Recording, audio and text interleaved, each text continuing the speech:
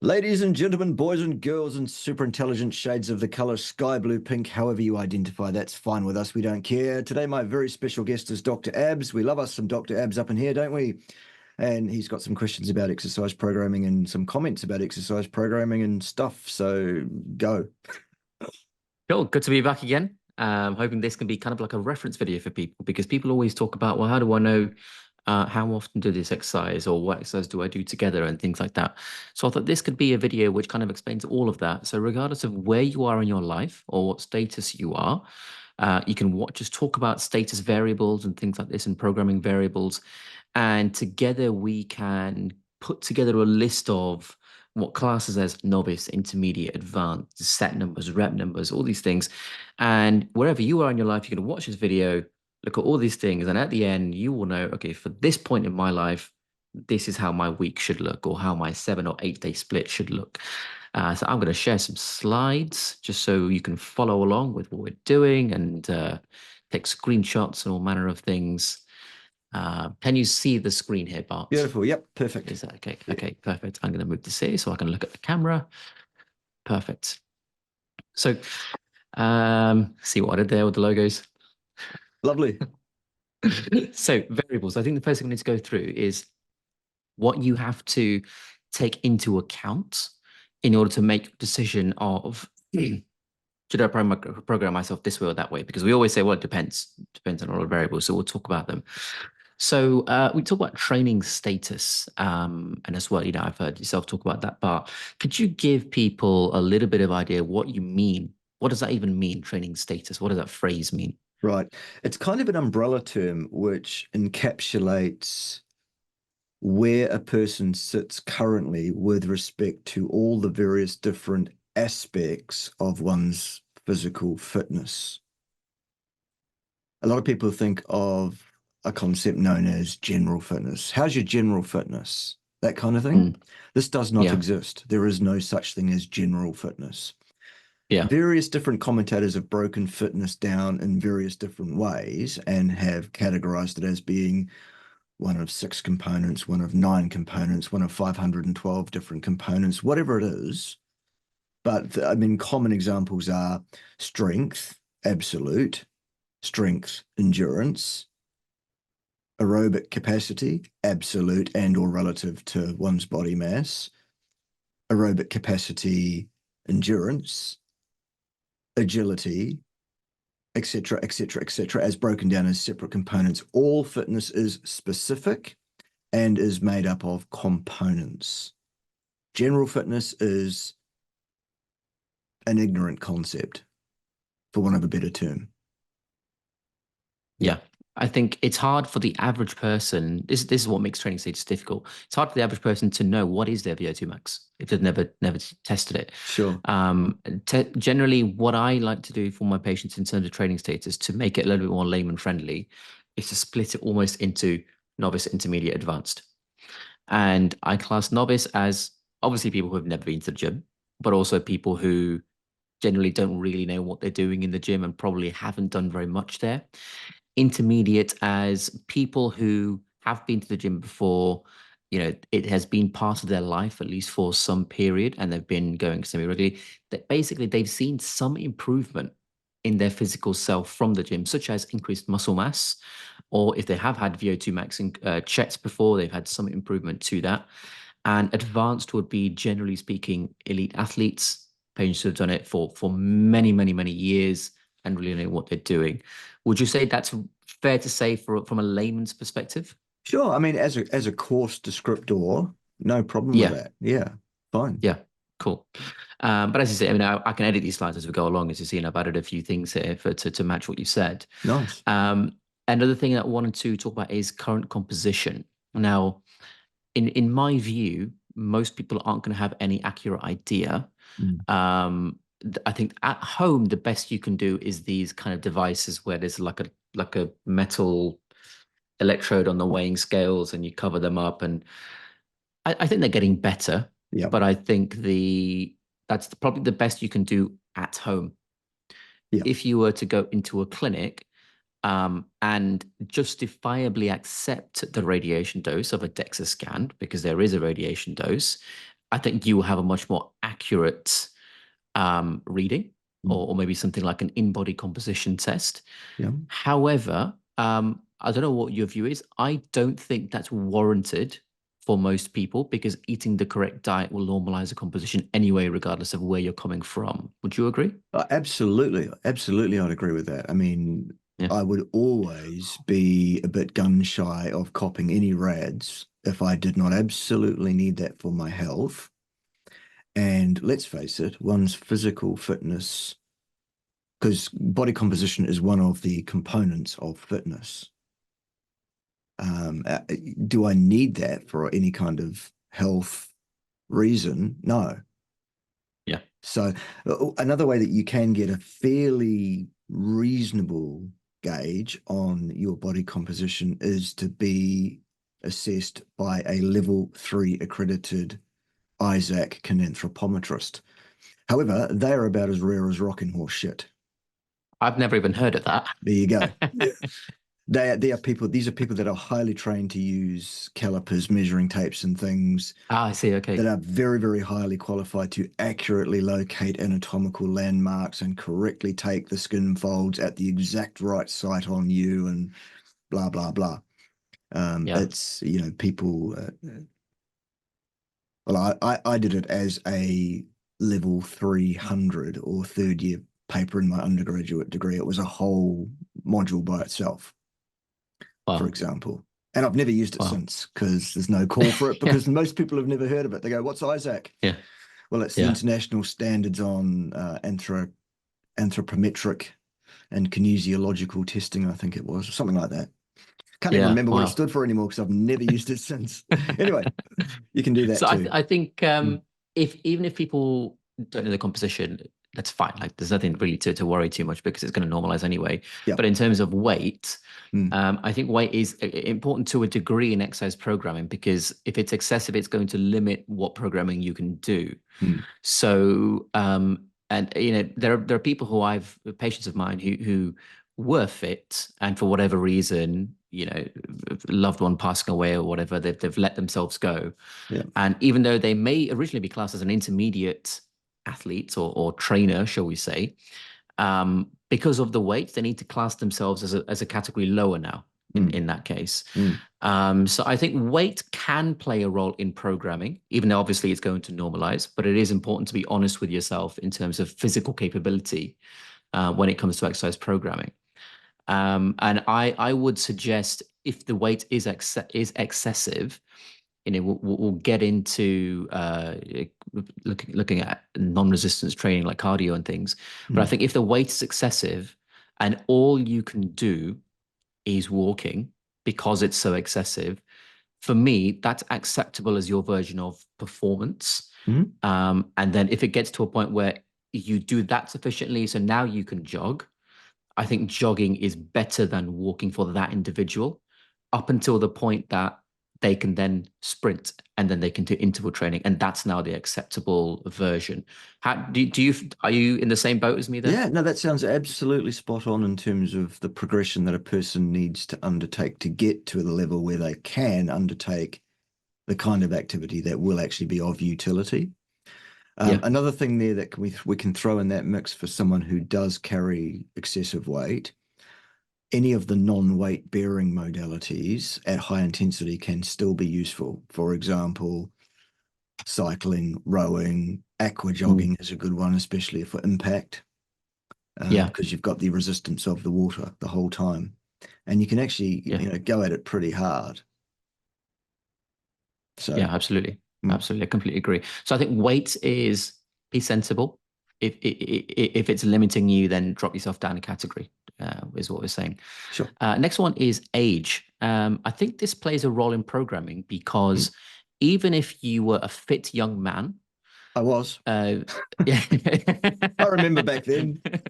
Uh, So even if people were, by the time, let's say they were fit at the time of, I'm going to pick a random number, for example, say at 25, when they get to, let's say, 65 or 70, the body will not work in exactly the same way, even if they've been a carnivore that entire time. The metabolism is not going to be exactly the same. it's not possible to hold on to all muscle mass all of your life, etc., etc.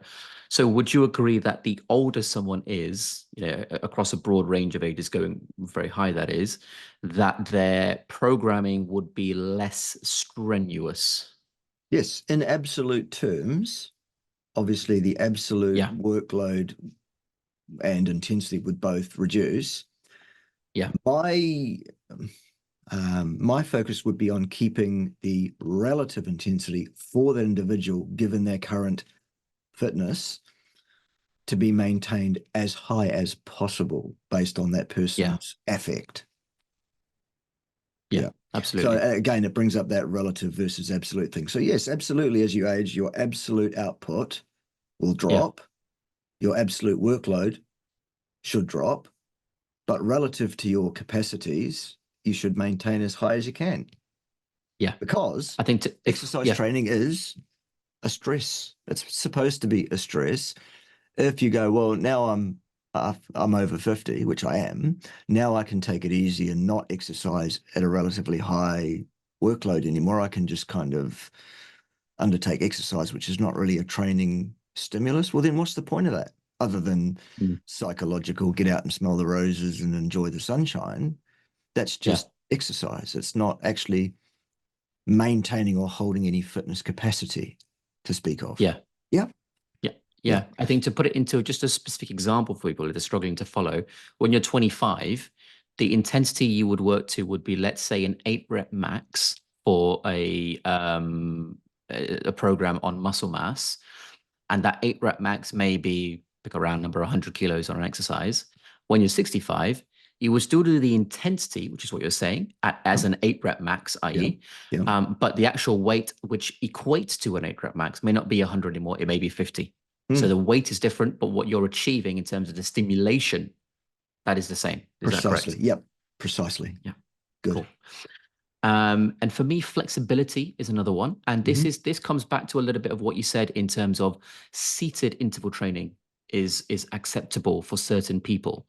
And I think flexibility is a big one for me personally, because I have a lot of patients who are not training because it's not, unfortunately, as common as we would like it to be. Mm, So they don't have the joint flexibility that we would like them to have, especially if a patient comes to me with arthritis. yeah, And for me, this affects programming in the sense that if you have reduced flexibility, doesn't mean you can't work that body part. So, for example, let's take the legs. But if you do have the flexibility, I would like to see someone maybe squatting, perhaps, and using their whole body. Whereas if they can't do that for certain reasons, they may need to isolate parts of the leg in turn using machines. How would you feel about splitting things based on that? absolutely. Yes. First thing I would do probably is, after flexibility in parentheses, I would write controlled range of motion rather than flexibility, because flexibility is I'm not going to say wishy-washy word, but it doesn't have the clear meaning that controlled range of motion does. Secondly, Cool. yes, absolutely. Specifically, I'm not a fan of thresholds, but let's use one just to give people an idea. Post 50 years of age, a Yeah. person doing resistance training may well be well served to either undertake isolation or machine controlled range of motion activities, if for no other reason than the vestibular function tends to drop post 50. I have certainly noticed my own vestibular function is far less accurate than it was as a Mm, young person. Um, More and more now, I find my kinesthetic self-awareness sometimes can be completely off. really. Um, yeah. Yeah. So I think that awareness comes better, or gets better as you go from novice to intermediate as well, you bet. and you understand yourself a lot Yeah. better. So I mean, So personally, I come from a point of being formerly an elite athlete, but now you'd have to say I'm right back at square one, purely based mm, on my lack of current training. yeah, I am recreationally active, but that's it. these days. So Yeah. yeah, sorry, I interrupted. Carry on. No, not at all. Not at all. Not at all. And I'm the same category. I was powerlifting for many years with some of the biggest lifters in the world. If anyone's watching, Andy Bolton, first human to lift 1,000 pounds. Mm. We were training partners for a long time. I got to British record level, European record level, world record level. And I would categorize myself as elite athlete in that sense. I think it's fair to say. But I haven't trained for a record for many years, so I Mm. don't categorize myself as elite anymore. So I have to drop myself down for Yeah. sure. Yeah. Next one is a big one, but I think for both of us, it's obvious. It's Yeah. diet. I don't think Yeah. we need to go into this too much. I'll Yeah. just leave that there. Yep. So then we have time availability. Yeah. Now, this is an interesting one. My feeling is if you're training for muscle mass, based on a typical workout, I don't think people should be spending, including shower time, maybe at peak time, you got to wait a little bit for certain dumbbells or machines. I don't think you should be in the gym for longer than an hour maximum. And that's assuming it is peak time and you've got to wait quite a bit for each thing. Yeah. And if you can afford to do that at least a couple of times a week for someone who is really busy and really struggling to make time, I personally feel that's the minimum to be able to get a decent return on your investment in terms of time. Yeah. What are your thoughts on that? Yeah. I'm saying to folks, and have been for a while, that if you are intermediate or novice in terms of let's take strength or hypertrophy training. Never mind the so-called aerobic stuff at this point. That's a different kettle of fish. Yeah. I would say 4 sessions a week is maximum.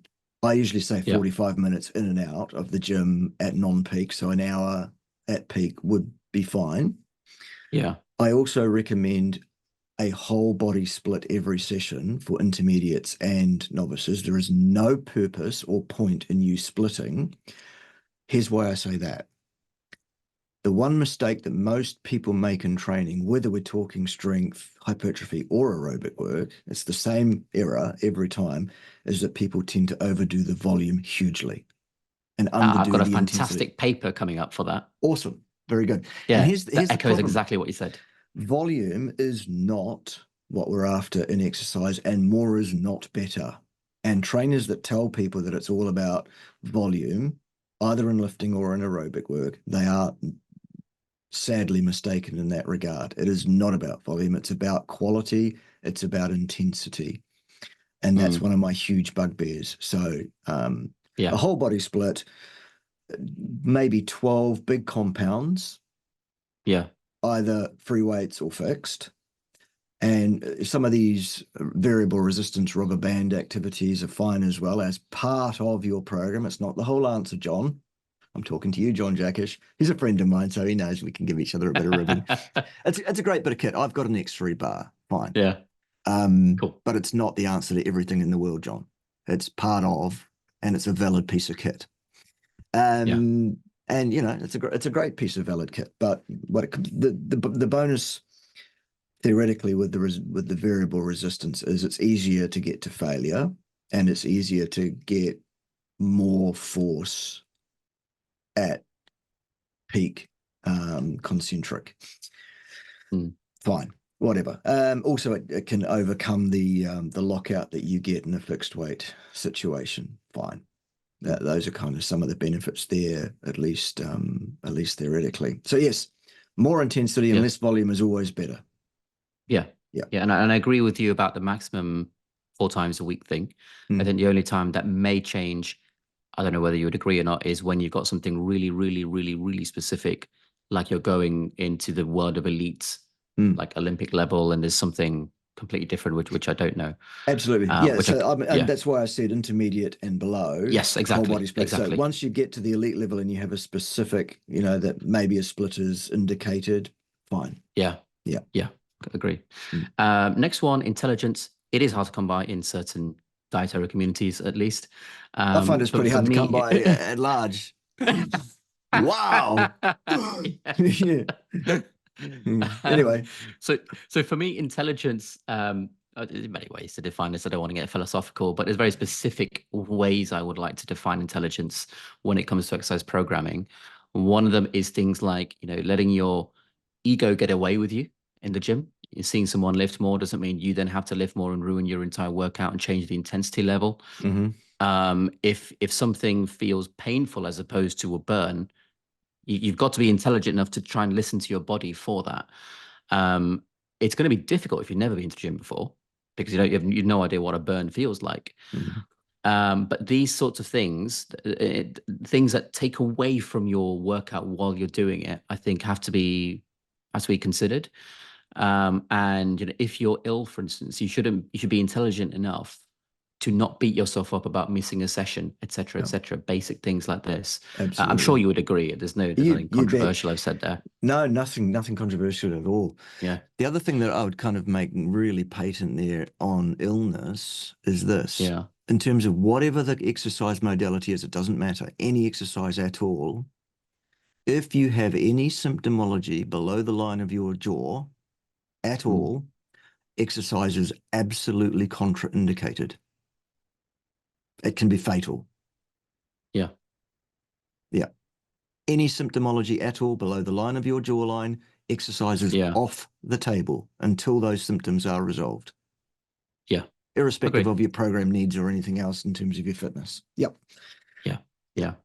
yeah. Medical history, Mm, also we can't go into specifics here because everyone's got a completely different one potentially. mm, But the reason I say this is because certain patients will have medications which are designed to work with the heart, yes. which means there is a heart issue, shall we say, without wishing to be too specific. And those sorts of patients specifically, I think I have to pay attention to number 7 a lot more, Mm, especially if there's never been. yeah. I think it's very difficult to advise those patients to really push and push and push to get that last rep out and make it 8, Mm, because you don't know if actually you're going into strain into that's in a negative way in the heart. So for those patients, hold my hand up and I say I don't know the best way to program those patients because I can't feel what they're feeling mm, to then say what the best way to go is. yeah. I don't suppose you have any advice specifically for those kind of patients at all? Yeah, I'm thinking specifically, like let's flesh it out. Let's put an example on it. Okay, a patient Sure. on beta blockers. Yeah. Now, the typical thing will be for trainers to use heart rate based guidance in terms of if we're doing high intensity burst and repeat stuff or steady state stuff or lifting, often the trainer will say, right, so when your heart rate drops below 100, then you can go again because now you're ready, because that's, for example, that's great Yeah. until we find out that that trainer hasn't asked that patient about their medical history, doesn't know they're on beta blockers, which throws their heart rate response off. And then they may well be subjecting that patient to a level of stress and strain that's above that which is indicated for training and is now Mm. on the side of being injurious. Yeah. So that's something that the trainer does definitely need to have some understanding of and to be aware of. Sure. Someone perhaps with AFib, that can be a real issue as well. So we need to keep an eye on Yeah. that. Patients post MI in a cardiac rehab setting doing exercise. They absolutely should do Yeah. exercise, but they shouldn't be off doing that on their own in an No. unmonitored way, for example. Yeah. Um, yeah, really I, important stuff. yeah. For me, generally, the way I work clinically is if a patient is on these sorts of medications, and we obviously do want them to exercise because it's crucial to anyone's life for optimum function. The way I generally start to work is we start to see an improvement in body composition first through manipulating the diet to a proper one.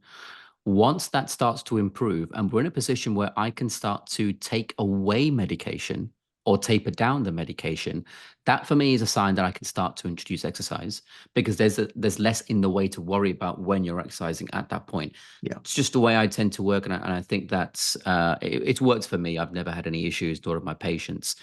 How do you feel about the way I work in clinic doing it that way? Do you think there's Sure. a better way or worse way?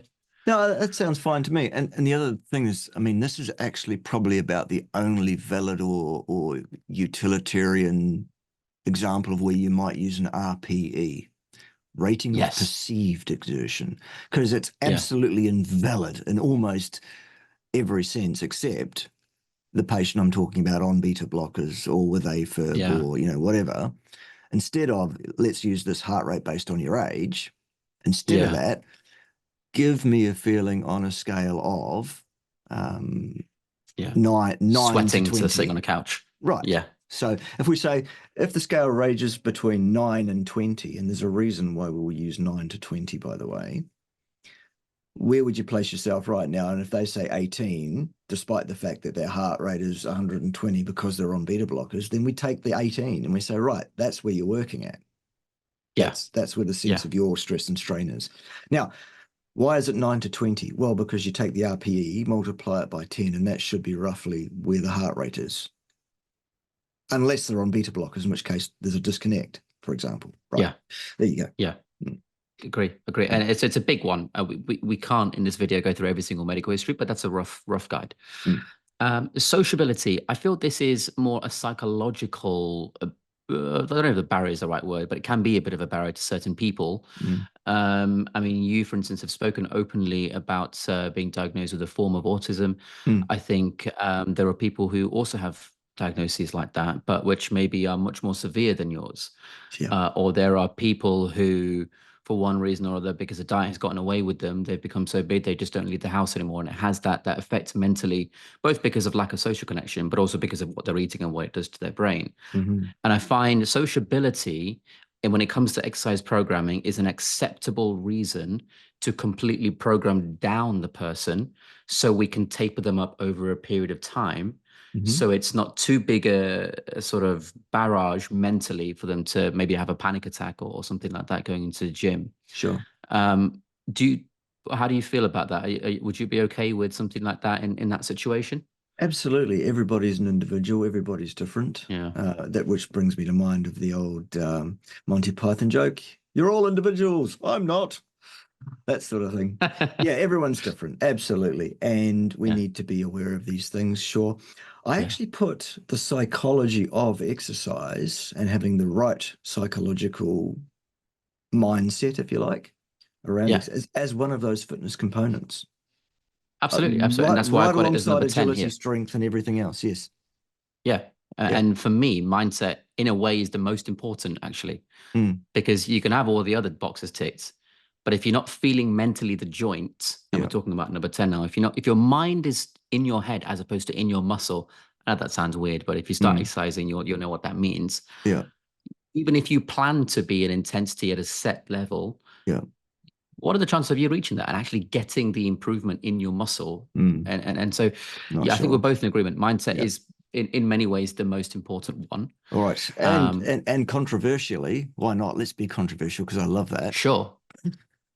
In my way of thinking, in my experience of all of this, Yeah. ultra endurance work, ultra endurance training, ultra endurance exercise is a form of mental illness. I don't Stop disagree with it. you, and I understand what you're saying. Yeah. It's almost like a sort of grueling punishment they put themselves through Mm. for some mental reason, and Yeah. I do get it, Yeah. because it's not healthy. That's right. We'll get onto this, but Mm. I've got a little slide, very short slide on just talking briefly on the different muscle fiber types, I think. Mm. And Well, this will if be you fun. do exercise, yeah, if you do exercise, which increases muscle mass, which we'll talk about, that has a very different effect on, let's take something about you like immunity versus someone who's constantly ultra running, where their muscle is slimming away. Yeah. And more muscle mass requires more mitochondria. More mitochondria means more, let's say, Krebs cycle intermediates. Mm. Krebs cycle intermediates have a direct link to immunity as well. If anyone's interested, Martinez Reyes 2020 is a good paper that talks about this. Yeah. And so you have to look at your whole health being played by immunity, diet, but also mitochondrial numbers, of which muscle mass plays a key role, Yeah. which we'll get into. Yeah. Also, Unless there's something you disagree with there. No. Just before we move off that, let's also make it Yeah. patent. A lot of times, clickbait titles on videos, clickbait thumbnails, and things that purport to have me saying you should never do any aerobic work of any kind ever. I've never said that. What I have always maintained is that ultra endurance work is a problem and you should stop Yeah. it immediately. Yeah. Not that you should never, ever do any cardio work. I've never said Yeah. that. So anyway, sorry, move on. No, not at all. Not at all. I'll Yeah. touch on that very briefly because I want to Mm. ask you something. My opinion on the ultra side, I generally have said to people, let's say you've in your life you would like to run a marathon one day, Sure. and you do that, and then you just train normally after that. Mhm. My belief and what I say to people is that one marathon or that one bit of training in your life for that marathon is not going to have a profound chronic long-term effect if you then change your training type after Sure. to sort of regulate what we talk about. Would you agree with that? Yeah, absolutely. Yeah, I mean, I've done a half marathon myself, never a full distance, but half yeah, marathon was long enough for me, thanks. yeah, too long Yeah. for me. And, you know, I did not maintain that training status to be able to make myself able at any tick of the clock to start a half marathon and complete one. That Yeah, is something that I trained for a transcribed, relatively short period of time, did the event. yeah, Congratulations, here's the certificate, got the t-shirt. Nice. yeah, Right, now let's get on with life because yeah, there's much more to life than ultra endurance training. yeah. Yep. I agree. I Fine. agree. What is Cool. our next slide? So the three levels, based on those variables that you can see on screen, I think that you would drop yourself when you take the sum of all those variables into one of these three. So if, let's say, for instance, you take everything really great, but you're suffering from depression and anxiety, your mindset is not going to be there. So Hmm. you would then class yourself down from intermediate to novice, if that makes sense. Yeah, And so the reason the variables are there is because people can use that to go through each one, see where they stand, and look at where the sum of all that is and land here. And based on this, you would then follow the rules for those three categories, which we can talk about later today. absolutely. And I'm defining, generally speaking, not based on those variables, but generally, just to recap, novice is someone who's never been to the gym or has been such a small amount of time they've never seen any improvement in anything. Mm. Intermediate is one step up from that. They have seen improvement or they've been going long enough for improvement in some way. And advanced is very, very long periods of time training. They have very good level of muscle mass or strength or elite sport, etc., etc. Yeah, So agreed. I put terminology here because I think it's important we set some operative definitions. I think in exercise physiology, people talk about things or try and have conversations, and one person's talking about one thing, and the other person's talking about something completely different. Mm. So intensity, I think some people see that as an oxygen carrying capacity. Other people see it as percentage of a 1 rep max. Mm. So it's important to talk about those things. Yeah, So in terms of intensity, today, what we would talk about is one of these two things. And when we talk about intensity in terms of exercise intensity, generally, I think it's safe to say we're both going to be referring to oxygen carrying capacity. So if we say low intensity, we would refer to something like walking because you're not requiring a very big level of oxygen carrying capacity for that, also known as VO2 max, if you would like to look at that as well. Mm-hmm. Anything you want to add at all here, Bart? Anything I've missed or got incorrect here? I would always default to number one definition when we are talking about resistance exercise, Sure, rather sure, than using oxygen carrying capacity, which really only sure. becomes valid post about 180 seconds of continuous activity in a given modality, given that it takes about 180 seconds to bring your oxygen consumption rate up to that which would be required were you to continue that work at that intensity for longer than that. Sure, Yeah, sure. there is So I think inertia. with that bit in brackets and the bit I've just added on to the second bit there, I think that would you say that's fair to say? Yes, absolutely. That fixes Yeah. it completely for me. Yeah. Cool, cool.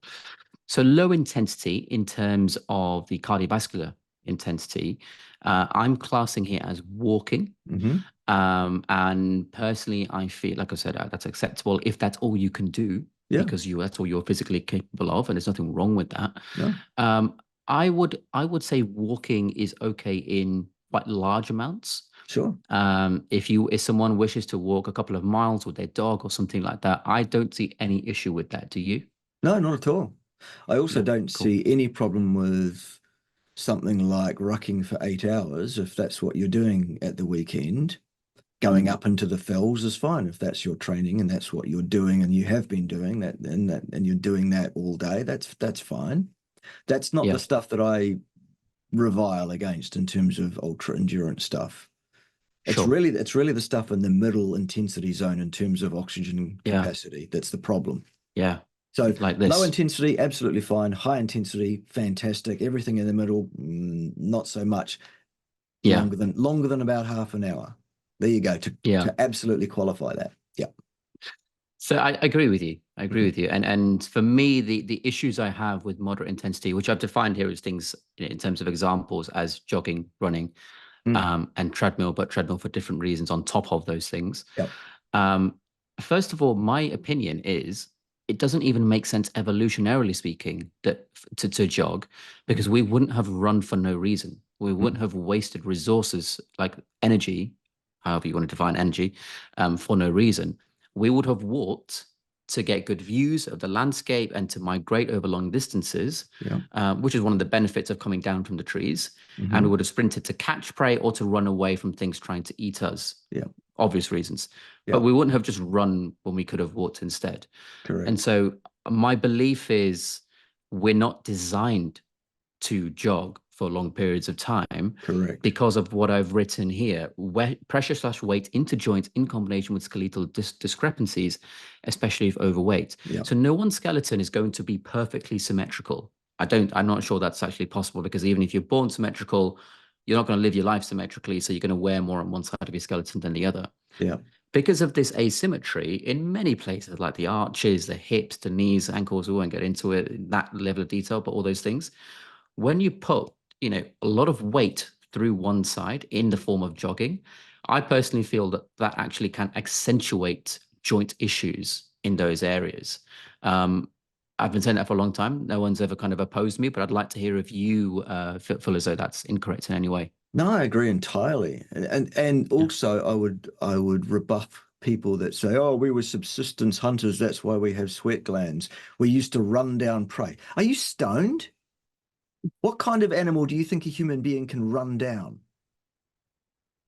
Are you out of your mind? No, we didn't. What we did is we used this Yeah. and that. We had language. We could communicate with each other. We could work as a team. Yeah. We could pre-plan the hunt.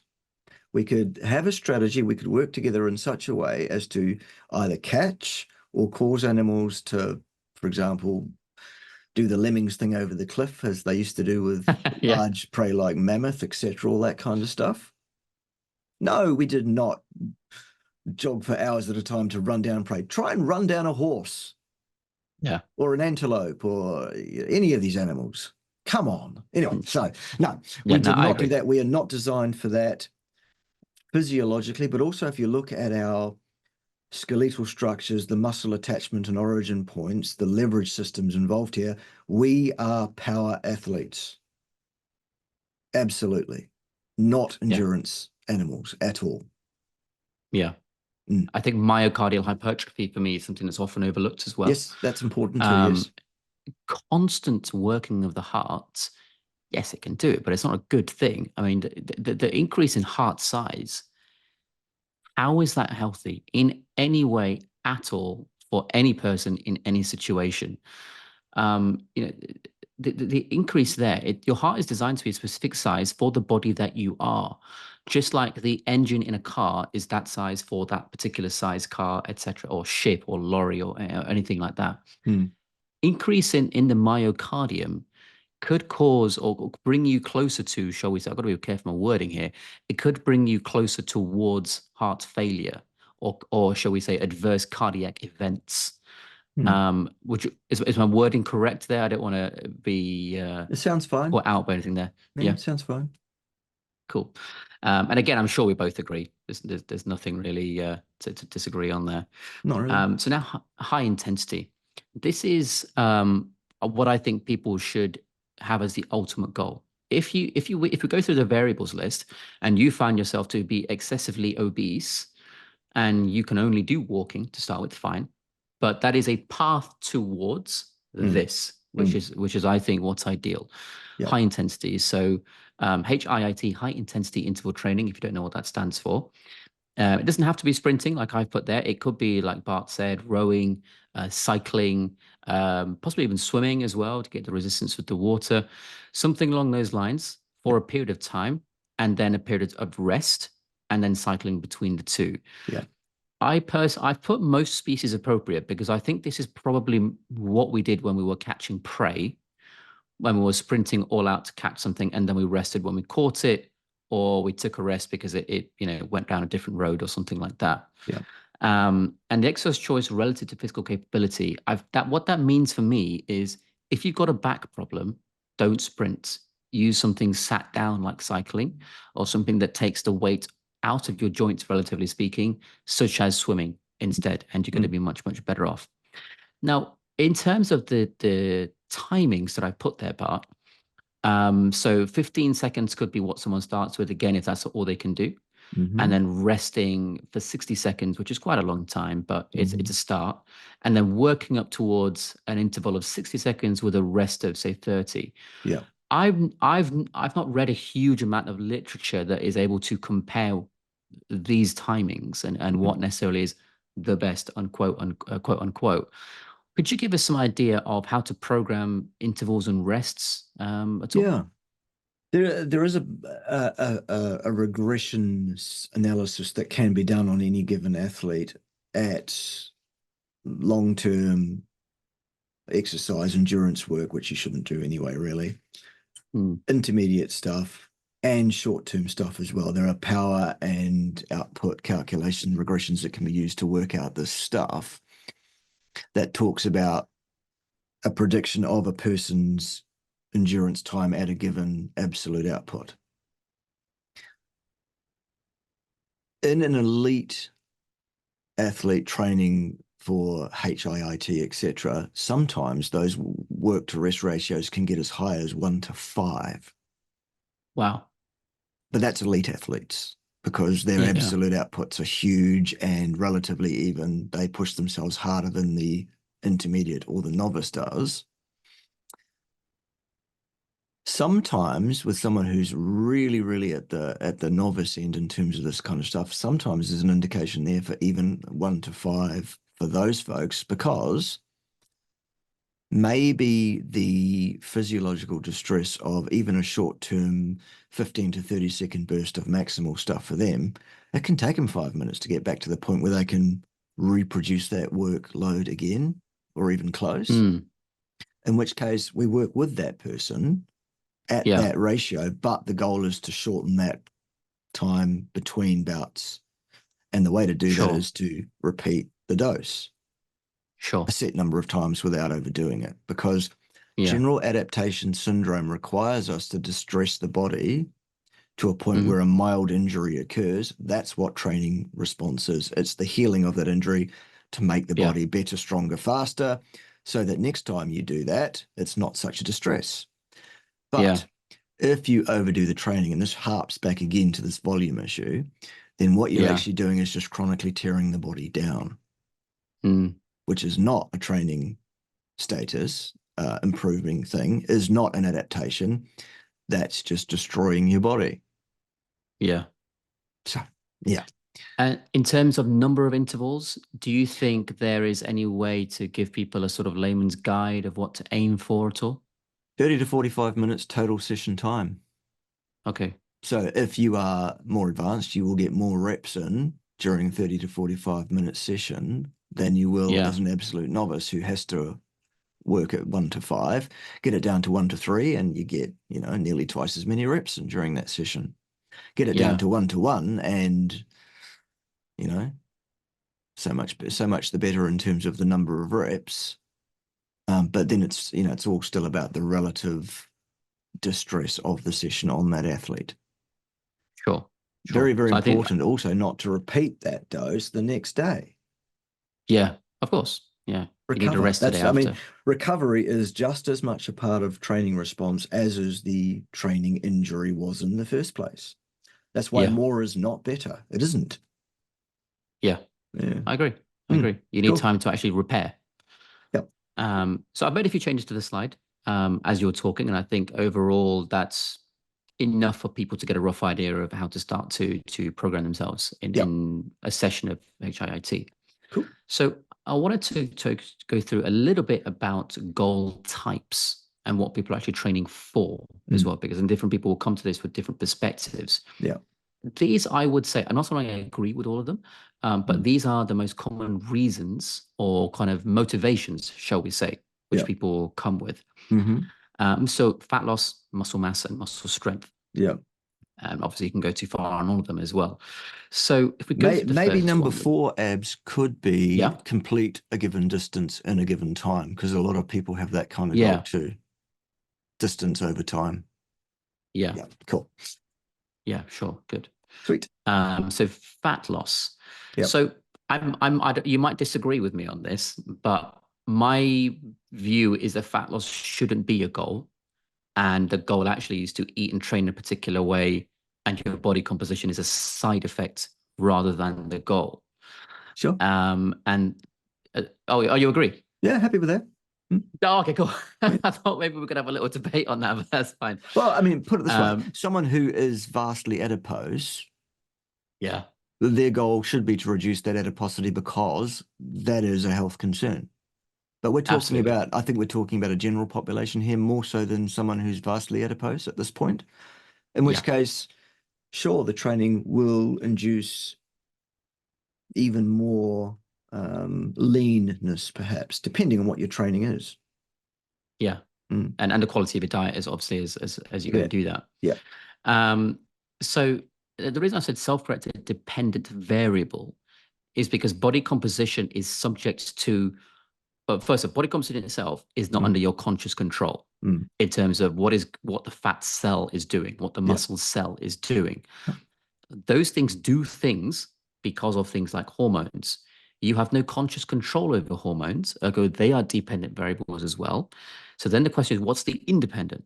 And that is things which are in your conscious control, i.e., shall I go to the gym today? Shall I eat a cake or shall I eat a steak today, etc., i.e., your diet and lifestyle. And so for me, fat loss is a side effect of correct diet and, correct or appropriate diet and lifestyle. Sure. And people that minimize the fats temporarily, when I say minimization, I'm talking down to sort of 2%, 3%, i.e. for bodybuilding shows. Yeah.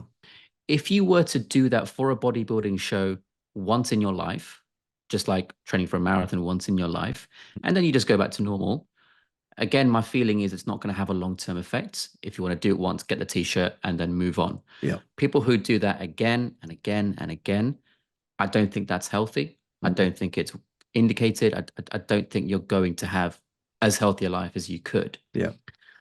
And I'm sure you would agree with me on that as well. Well, name me, if you can, a long-living hypertrophy athlete. Yeah, there we go. Yeah. Well, just doesn't work. Okay, it doesn't work because, well, if for nothing else, it's because of all the gear. But that's for another day too. Yeah. Yeah. And fat loss, one thing that I like to talk to my patients about is when you look at studies that do high carb and high fat in the context of, they call it weight loss, but really what they're talking about is body composition improvement, for want of a better phrase. The ones that have more fat actually do better. And it's hard for some people to accept this, I think, because the industry calls it fat and not lipid. Yeah. And that helps them out to some extent. So I've included this paper here, which is Volt 2014. I don't know if you're aware of it or you've read it at all. No. Okay. This is a paper which I've known about for quite a while. I refer to it now and again. I'm sorry if I butchered the name, if anyone knows any of these guys. But essentially what it's showing, as I've written here, is increase in dietary carbs is what increases circulating saturated fatty acids, not the fat. Okay. And this is the abstract if anyone would like to have a look. And obviously there's the title if anyone wants to have a look at that as well.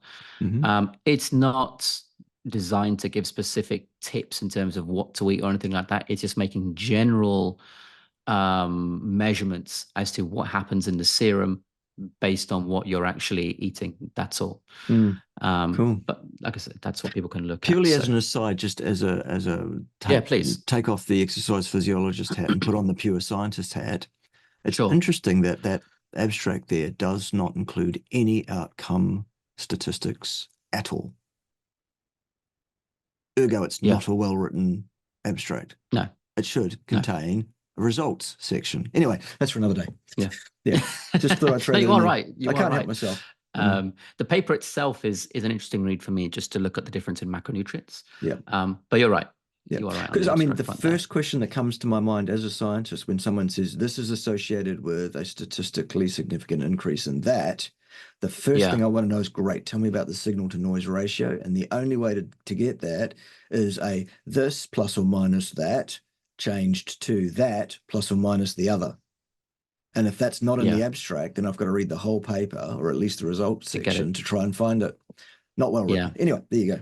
Yeah. All they've put here is no significant change, but you have to give the actual change. You can't verbally describe it. Right. Exactly. I think, yeah. That's the whole problem with science as a positivistic, dichotomous outcome discipline. This was statistically significant, or it was not. In which case, we don't need an opinion. Yeah. Agree. Yeah. So anyway, the other one is hypertrophy. Muscle mass. Now, I've split this into hypertrophy based on the type of lifter: novice, intermediate, and advanced. And potentially there are a couple of things that we may disagree on here. So I'll be more than happy to give why I've put certain things, and we can sort of see the difference between us.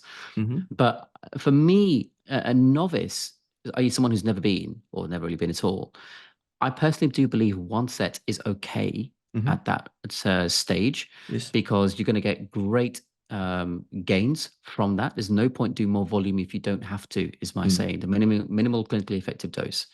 Yes. And thank you. Yes.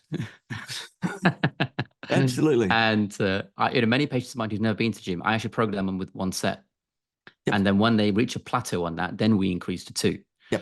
And in terms of reps, I know I haven't seen all your videos. So I think you've got quite a lot, but I've seen you talk about 8 reps. Now, my personal belief is 8 reps is okay for the vast majority of the population.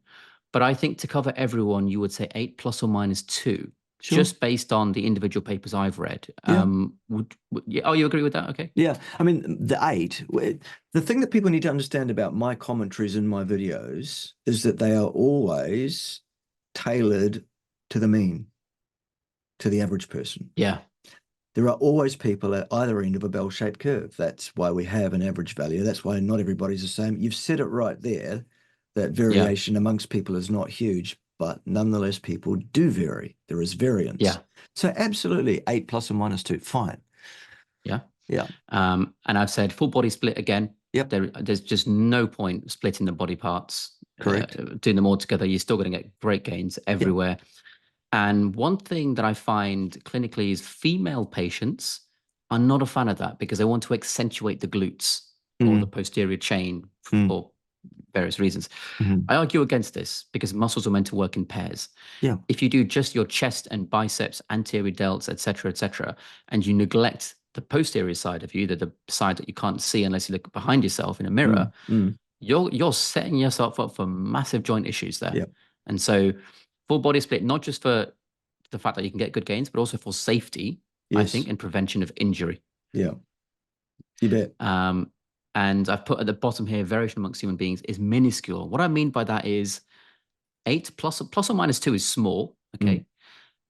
But I think that covers pretty much the entire population. Yeah. We don't need to change much beyond that, unless you agree. Okay, cool. Yeah. Intermediate, all I've put here now is an increase in the number of sets. Yep. Now, I've said, I know you've said 2 as well, and I agree. My plus or minus for that is about half. What are your thoughts on that?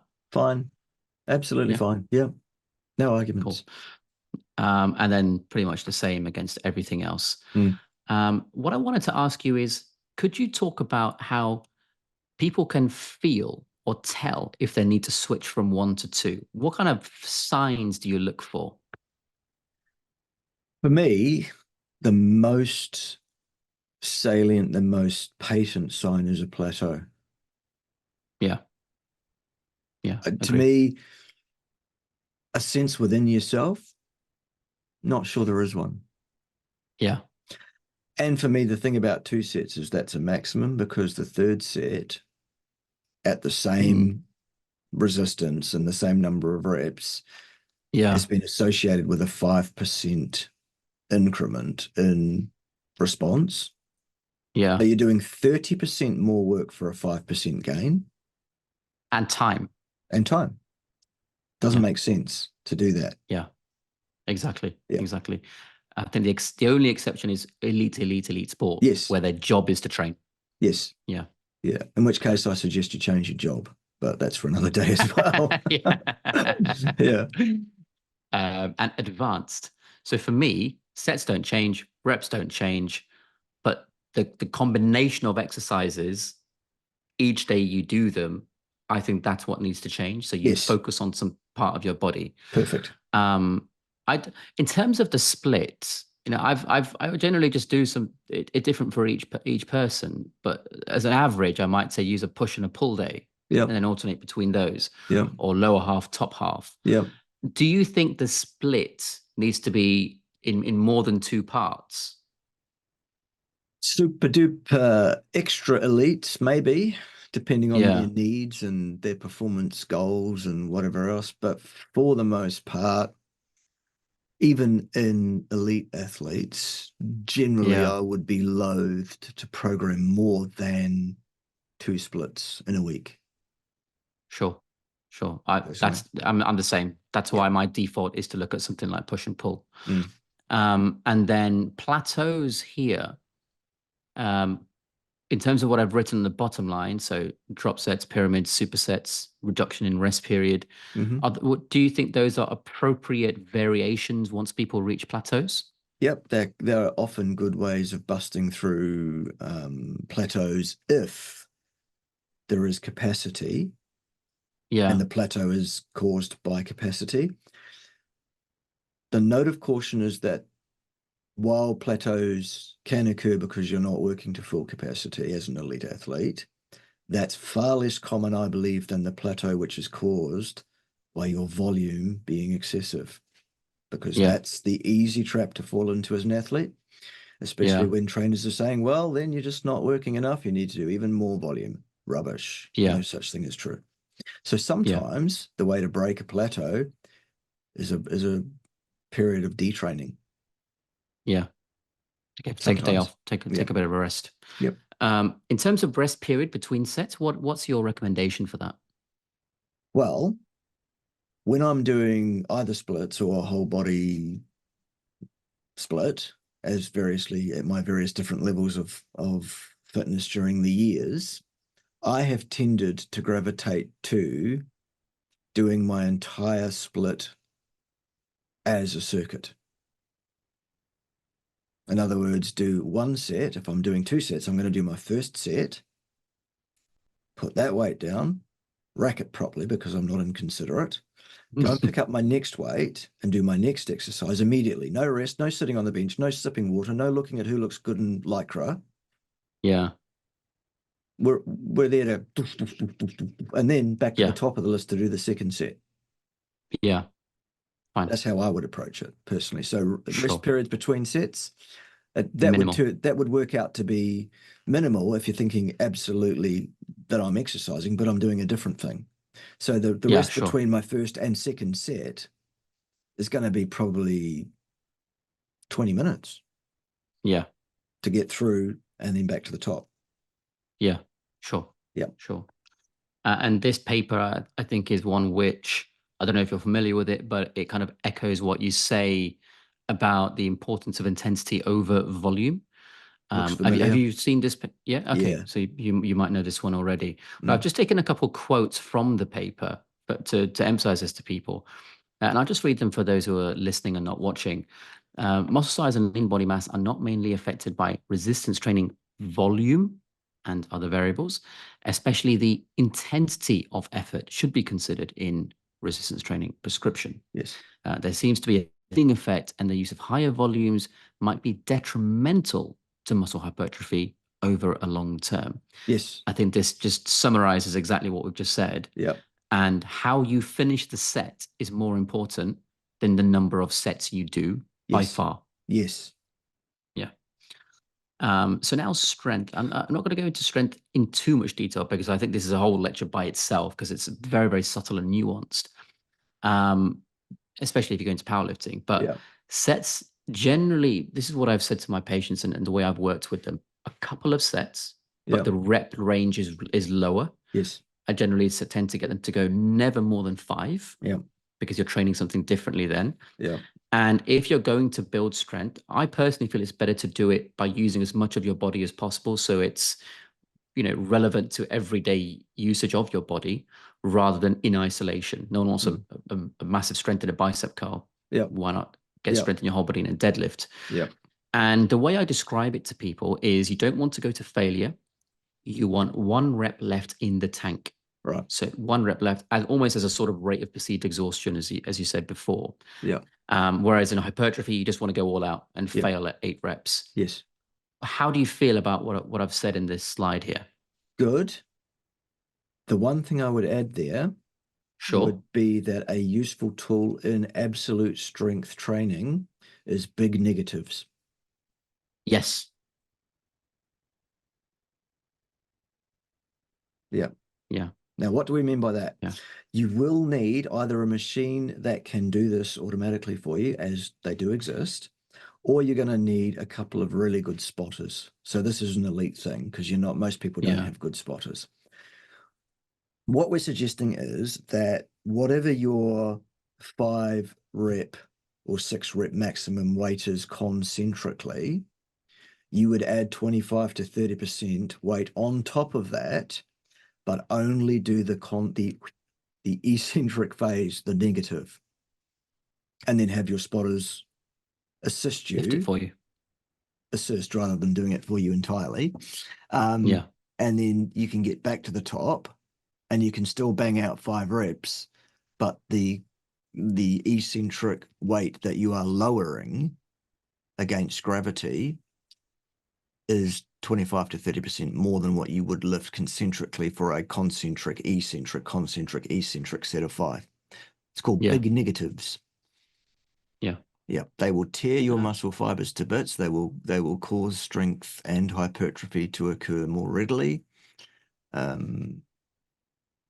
However, you'd be limited to once a week maximum of doing big negatives because the DOMs you will get if you do it properly will be quite significant. Right. Yeah. So there it is. So I don't think I'm going to get to the end here because I don't want to take up too much of Bart's time, but we can do a part 2. If you're okay, I'm fine to. Oh, I am. Yeah. Yeah. Okay. Perfect. Yeah. Cool. So powerlifting, I've been there, I've done it. I've gotten to record level. Having been there, I'm not recommending it to people. The blood pressure that goes through the roof when you do it is not healthy at all. No. I have trained with people who during lift, they are bleeding from their ears and nostrils and foreheads. If you think that is healthy, you have no idea what health is. Yeah. Which is why I'm not really interested in getting back into it. I loved it. I enjoyed it. It was incredible. It taught me a lot about myself as a person. Yeah. And I've taken lessons from it into my general day-to-day life, which has helped, but it's not healthy. No. And for that reason, I do not program this into anyone at all, but I have no problem adding the lifts, i.e. Deadlifting and squatting, not bench pressing, but deadlifting and squatting themselves, I think are okay in programs. Anything there that you disagree with, Bart? No, absolutely agree with all of that completely. And I'm very impressed that you're against the barbell bench press because I am too. Oh, yeah. Absolutely. The shoulder problems that you can get from that aren't worth it. Closed. Yeah. Yeah. I think squatting, deadlifting, and then dumbbell pressing is okay if you would like to do pressing movements. That's my opinion. Yep. Agreed. Yeah. Cool. Yep. I thought there'd be more we'd disagree with by now. No, perfect so far. Pretty much. Yeah. So split planning. Yep. So by this point, you've looked at your variables. You know how to categorize yourself. You know how to, depending on what your goal is, you know how to apply that into everything as your plan so far. Here's how you apply that into your week based on your individual situation. So what I say to people is never train 2 days in a row, Mm. because even if, and I don't mean don't train the same body part 2 days in a row. Yep. Don't train at all 2 days in a row, Agreed. because I would say even if you trained it, let's pick an example. Let's say you trained your lower half on a Monday and you want to do your upper half on a Tuesday. Your body is still going through the repair process. The Yeah. protein synthesis pathways are still being, activated. Yeah. And if you on Tuesday then start to catabolize things because you're tearing fibers, that interrupts with the healing of the lower half on the Monday. Absolutely. Am I? Yeah. Okay. Cool. Yeah. So I'm speaking in the right way there. You bet. Yeah. Yep. Um, Another thing I say is you should ignore the number of days in the week, and you should go by whatever so-called week your training requires. So typically that might be, and I've got some example splits here. So for example, I've said 3 hypertrophy days over 6 days. So train, rest, train, rest, train, rest. And then on the following 2 days, you do one HIIT session. Yeah. Now, what I would like to hear from yourself is the ratio that I've put there. So 3 hypertrophy days followed by one HIIT day.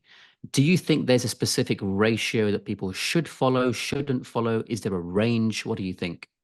I think there's a range depending on the requirements of the athlete slash patient slash client. Okay, All fitness sure. is specific, ergo all fitness training should be specific to the requirements or goals of that athlete. I think as a Yeah. generalized high point of the bell-shaped curve idea, a generalized statement, I think that's absolutely fine what you've got there. Okay. My big thing is exactly what you've just said, which is never train on consecutive days, even if the modality is different or the area of body being trained is different, for the Yeah. reasons you have more than eloquently outlined. Thank you. Thank you. So 3-1 in terms of hypertrophy to HIIT days, Yep. that would give us an 8-day split, which obviously doesn't work well with the calendar week. But I don't care Neither do I. about this Gregorian calendar. And I think your body does not know what a calendar is. Your cells have no idea. They know whether they're being stimulated or not. They know whether they're anabolizing or catabolizing. That's all. Yeah. And my advice to people is your body should dictate what you do, not your calendar, not the number of days in the week. Beautiful. So everybody quit your jobs. Yeah, exactly. I quit mine recently. It was great. They are doing 4-day weeks now, I believe, in South Korea. Oh, nice. See how that goes. So here is now the culmination of putting the 3 categories together: novice, intermediate, and advanced. Obviously, the variation here is based on everything we've been talking about up till now. So if you're, extremely heavy, extremely adipose, you would pick the category most suited to you and then take a program down from that very slightly, et cetera, et cetera. Yep. So these are ladders, these are walls to lean your ladder against. So as a novice, it might look something like this. So again, 3 days hypertrophy, 1 day of HIIT, and then you repeat, obviously not consecutively. However, if let's say you are extremely low in range of motion, you are not capable of HIIT, then your HIIT day would be maybe a walking day. If you've got a dog, take the dog for a walk all day, something along those lines. If you are struggling, if it's the first time you've been to a gym and you've got massive amounts of DOMS, delayed onset muscle soreness, then I think doing 1 day of hypertrophy followed by 2 days rest or 3 days rest until the DOMS has gone is perfectly acceptable. Yeah, love it. What do you think of the rest of that slide there, Bart, in terms of the programming? Yep, fine with the caveat around the HIIT rest interval ratio thing that we discussed earlier. Sure. The rest of it, absolutely. Yep, no arguments. Cool. Yeah. In terms of DOMS, I wanted to ask you, if someone is, because a lot of my patients come to me not as carnivore, and we transition them either into it or towards it, with some exceptions, depending on their individuality. What can someone who is not fully carnivore yet, but is perfectly okay to start training, what can they do to improve DOMS? Because they're still eating carbohydrates, and I think that's we know the toxicity and inflammatory nature of that, Yeah. and that will increase the time taken for DOMS to recover, I think. Right. What can the average person who's in a transition do to improve DOMS? I would suggest that if reducing the amount of time for which DOMS is an issue, that you would look at my video where I say 5 health hacks that you need to know about, because Cool. those 5 health hacks are anti-inflammatory hacks. Yeah. It's some of it sounds like crazy crystal waving woo-woo stuff. When you watch that video, you'll go, I thought this guy was a scientist. A couple of those things on that list, I reacted that way when it was suggested to me, and come on, I'm a scientist. Why are you telling me this? Then I actually, well, somebody had the foresight to say to me, well, if you are a scientist, you'll check out whether the science is there or not, actually, rather than just react. Fair enough, good call. And I went and looked it up. Turns out that the 5 things that I'm suggesting in that video, 5 health hacks you need to know, they are all backed by at least some level of pretty good scientific inference. And anecdotally, I've now been using those 5 health hacks for anti-inflammatory effect in both athletes and non-athletes, people who are well and unwell, universally for about 4.5 to 5 years. And the success rate with doing that and nothing else is north of 95%. Yeah. So which is not a coincidence. No, it's not. So yeah. I would look at those 5 health hacks and do all 5, not 4, not 3, not 2.5, not I'll do this one, but not all 5 religiously, for want of a better term. Yeah. Yeah. Absolutely. Intermediates, in terms of the cycle, the split doesn't need to change that much, I don't think. But obviously we've changed the sets. Yes. Reps is stayed the same. And I put here full body split or separate body parts, because I think intermediate could be split into, you've just come into intermediate and you've been intermediate for a long time, verging on advanced. Sure. Yeah. And that's where that transition will be. Yeah. And again, I've changed the hit ratio here, but I think I would say now, based on what you've said, it doesn't have to be that ratio. Right. It just has to be a slightly more intense, or not, I'm sure intense is the word. It's progressive, progression yes, progressive overload. Yes. Yeah, absolutely. As long as it's a step up from novice, you're going to get better stimulation from it. And also that, when we say, okay, beginner, intermediate, novice, that's 3 categorizations, sure. Yeah. However, your specific fitness is on a continuum. Absolutely. In every respect. Yeah. Yeah. I would say find the one that is closest to your position on that continuum and then adjust as necessary. That's it. Perfect. Love it. So advanced, again, same 8-day split, no need to change. The setting and the repping, I think that's the same. But I would suggest separate body parts: push, pull, top, bottom, front, back, whatever you want to call it, and that's okay.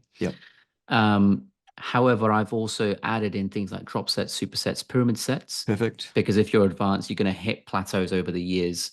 Yeah. I think that will help. And big negatives. Yes. Let me add that in. Big negatives. Yeah. Depending on whether you've got a facility, obviously, machines like that or spotters around. Don't try that by yourself. That's daft. You will become injured. You will hurt yourself. It's very, very dangerous. Don't do that. Yeah. And I'm just going to put in the hit ratios here. Increase from intermediates. Yep. Beautiful. As necessary. And that would be, again, I think you said a sort of 30 to 45 minute session for that. Also be aware that improvements in your fitness occur over macro cycles, not micro cycles. Yeah. Long term. You can't improve every single time. Yeah. And in terms of that split between size and strength, personally, I feel strength is important to health just as much as size. For many reasons, I think, which is pretty obvious. But I've never seen a paper, I've never seen a paper, I'm sure there might be one out there, that looks at what is the optimum, if there is such a thing as optimum, ratio between how you split your year, shall we say, or cycle between training for hypertrophy versus strength. Because I've never seen that, I haven't seen any evidence. I've gone on my personal experience and what I see with my patients clinically, and I've generally done it to a 3 to 4 to 1 ratio, and then you go back. So you spend 3 to 4 months on size, month on strength, and then you go back. What are your thoughts on this? Because I think you will have read far more papers than I have in this field. Yeah. And I'd love to hear your thoughts on this. I don't think there is a one size fits all. I don't think there is an optimal ratio. I think, like anything Yeah. else, there is a bell-shaped curve on this, and Yeah. both the athlete in conjunction with their trainer will get to an aha, a inherent understanding of how that athlete responds individually and how that should be approached. Mm. As such, the cultivation of long-term relationships between athletes and trainers is a good thing in that regard, I think. Yeah. Yeah. Absolutely. Sure. But Okay. again, the specific suggestion there as this might be somewhere near the middle of the bell-shaped curve, I think Yeah. that looks fine. Cool. I mean, Cool. I don't inherently go, oh God, no, that's wrong. So it must be Okay, okay. good. Yeah. Because you know Cool. me, when people are wrong on the interwebs, I tend to say so. Yeah, Yeah. absolutely. And I was looking Mm. forward to you doing that to me to see if I could learn something. But obviously, I don't think there's enough of a disagreement on things here. No, yeah, I think you've got Uh, it pretty much nailed down here. cool. Yeah. Cool. I'm just going to touch on one tiny thing before we Yes. finish, and that is the idea of pre-workouts and post-workouts. Hmm. I think the concept of an acute reaction to optimize the way you train is incorrect. And I think Hmm. incorrect is the word, or invalid is the word. I think what you do chronically in your life is far more important for the way you respond to training stimulus or stimuli, shall we say. Hmm. And I think the best pre-workout, first of all, in nature, pre-workout doesn't exist. It's just eating properly. You should be fueled, ready to run away from a saber-toothed tiger if one appears at any moment. Hmm. But people do ask me, what do I personally use? I personally use some water Yeah. with some electrolytes Yeah. because if I'm going to sweat, I will lose electrolytes. So I just, for common sense reasons, I want to replace those. Yeah. I will personally take a particular nutraceutical of certain ratioed, stoichiometric ratioed amino acids, Hmm. which I'm not going to mention because I'm not interested in selling it or anything like that at all. Hmm. And that's pretty much it. I might have some more electrolytes after I work out if I've been sweating a lot. Hmm. That's all. Right. Nothing else goes on. Would you agree with that at all? Absolutely. Yeah. Yeah, cool, No problem with that at all. cool. Yeah. I know some people. I still work with a few athletes. In fact, some of the Premiership footballers I work with, we do actually look at temporary use of ketones. I know you're not a fan of this, so maybe Mm. this is a debate point, but Okay. we do look at temporary use of ketones Hmm. with a bit of caffeine Right. for big game days. That, for example, some of my players were actually in the Euros tournament not too long ago. Yeah. And for the bigger games, they took some just for Yeah. the improved performance temporarily. Hmm. Um, what are your pluses, minuses, agreements, disagreements, whatever, in specific use cases of things like that? For that specific use, there Yeah, is, I think, pretty decent inference that both exogenous ketones and caffeine can net performance increment in activities such as association football performance. yeah, Absolutely. I have no sure. problem with that. It's Yeah. legal, so therefore it's Yes. moral. Um, that said, and I am an ex-association football player right throughout school No myself, way. to What was your position? I played left wing. Okay, cool. Yeah. Cool. But usually I ended up playing actually more in the centres because I got bored on the wing. So I would actually just usually just come in and be an extra forward. And because the other thing was it was all about me and it was all about the glory. And I actually usually ended the season scoring more goals than the centre forward ever did. Oh, nice. Yeah. Nice. My thing was being the quickest, the most agile, the trickiest, because I was always a small individual. I was never, so I had to Yeah. use different. So that's what I did. Um, Yeah. but having, all of that aside, the other thing I would suggest about association football is, other than mass genocide, It's probably one of the Yeah. most physically demanding things you can do.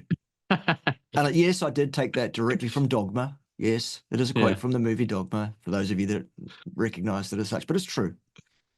Yeah. Yep. Mm. Cool. And if you So I haven't think seen this is a Dogma, good. go and see it. It's a great film. No, I haven't seen it actually. It's So great. I'll have to have a look. Mm. Up till now in these slides, then I think people have a really good starting point of how to program themselves and how to go about it. Yep. What we haven't touched on is exercise choice, which maybe can be a part two when we film that another time. Let's do that. And we go into talking about different body parts. And the Yep. culmination of the series that we create here can be like a full exercise planning guide. So people don't have to rely on moronic PTs Right. in gyms who actually don't know anything about exercise, I Right. find most of the Yeah. time. Not to mention So one or I two think of this. the moronic PhD holders who are equally moronic despite holding a much Yes, higher level of yeah. certification. Yeah, I could name a few, exactly. but we won't do that Exactly. today. Yeah, yeah. Yeah. Well, Norton. No, But, yeah.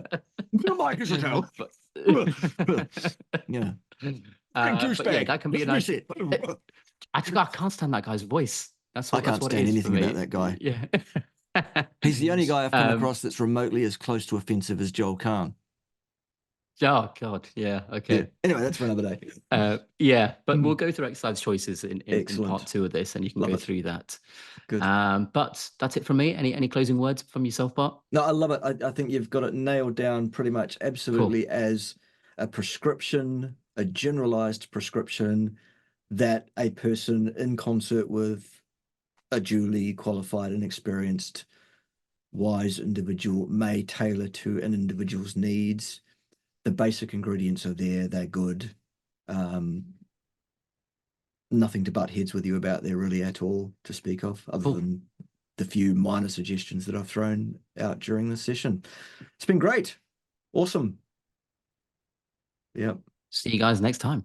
Excellent. See you then. Ciao for now.